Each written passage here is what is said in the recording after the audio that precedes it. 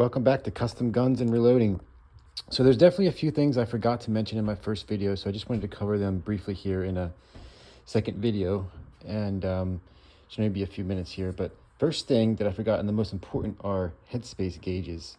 There's a variety of different sizes here. These are for 223/556. You could also have them for any chamber. So if you have 6 arc, I have 2 headspace gauges for 6 arc, etc.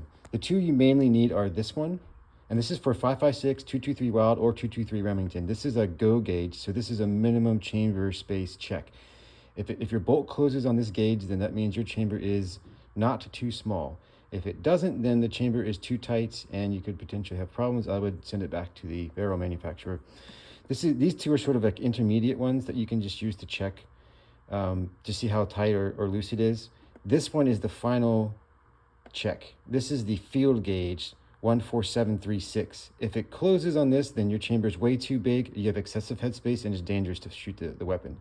So that's why these are such important tools. I would always check any gun, whether it's factory assembled or a custom built upper like I'm doing here. Always check them with a stripped bolt and a headspace gauge. Speaking of stripped bolts, I mentioned this tool in the first video. This is the Bolt Vice block. I think it's the Sinclair Bolt Vice. And this is just showing you how you use it to depress the ejector, and then you can hit the little roll pin out of this hole. And you can tell if it's lined up properly if you can see through it. Sometimes if this is rotated too far one way or the other, that hole won't line up with the hole in the bottom. So you can tell pretty quickly by looking to see if you can see through it. So just a quick explanation of how you use these gauges. You take this out of its box and you put it in your barrel, and then you take a stripped bolt. Here's another one. See, you don't have any no extractor, no ejector, fully stripped bolt, and you just stick it in there behind the gauge, and you see if you can twist it. Okay, like that. If it twists, then you're good. If it doesn't, it's actually best if it's really tight on the go gauge. That means you have a nice tight chamber. That's more for match type uppers. Sometimes it's good to have a little bit of slop in there. If it's more of a duty or field type of rifle, then you might not want a super tight chamber. So just a quick word on headspace gauges. I'll review all this during a build. I'm doing a build on this Roscoe K9 barrel, and also doing a 6 arc build. Moving on, this is the Magpul bev block. I mentioned this in my first video. I just forgot to put it on the desk to show it, but here's the part that goes into the lugs.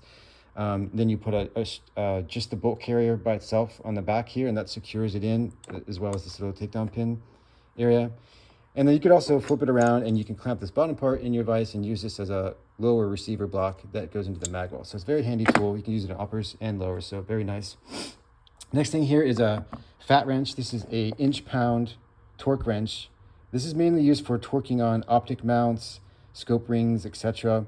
But you can also use this for torquing on gas block set screws and possibly handguard screws. A lot of manufacturers will have specific torque specs for installing handguard screws. The gas block screws, I don't think there's really a set spec for it, but most people, if they do want to use a torque wrench, they'll do it around, I think, 15 to 20 inch-pounds if you're using rock set on your screws, and maybe 20 to 30 if you're using like Loctite or something like that. So this is just handy mainly for those two things. So definitely something you need. And the next section here, these kind of go together. This is an upper receiver lapping tool. So this laps the face of an upper receiver. I get one here. Right here, around, making sure that this is uniform around here. Most uppers nowadays are fine, but this is usually a common step when building accurized uppers, to lap that receiver face just to get it all square. You use this grit compound. This is a tool from Pacific Tool and Gauge.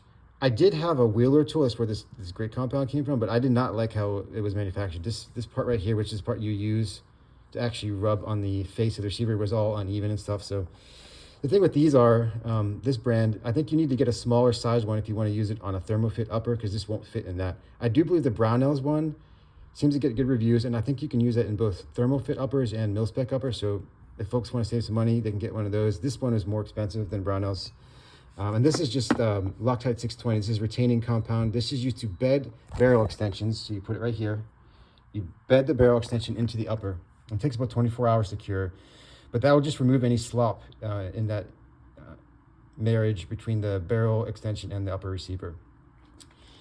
And the last two items here, just quickly, this is Allen wrench set from Craftsman. It has both standard and metric. I think it's about 20 bucks. I think it's a good investment. So this is, you can just use this up and down the spectrum on different things on the upper. And this is a pin gauge set. So this is a 0.61 to 0.250.